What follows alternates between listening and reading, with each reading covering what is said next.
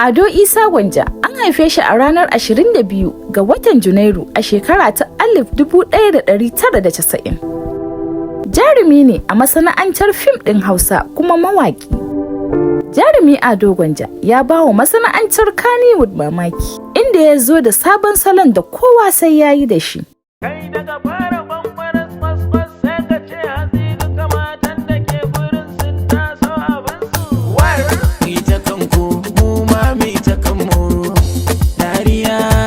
War waƙa ce wadda Ado Gwanja ya ƙara masoya da ita. Abubakar Bashir Mai Shadda ya ba wa Ado Gwanja lambar yabo a fim ɗin nan mai suna Lamba, har ma da jarumi Adam A. Zango. Sunana Shamsiya Shama, ku ci gaba da kasancewa da ni a duniyar taurari daga tashar Shugaba TV. Ku kasance da Shugaba TV domin samun ƙayatattun shirye-shirye.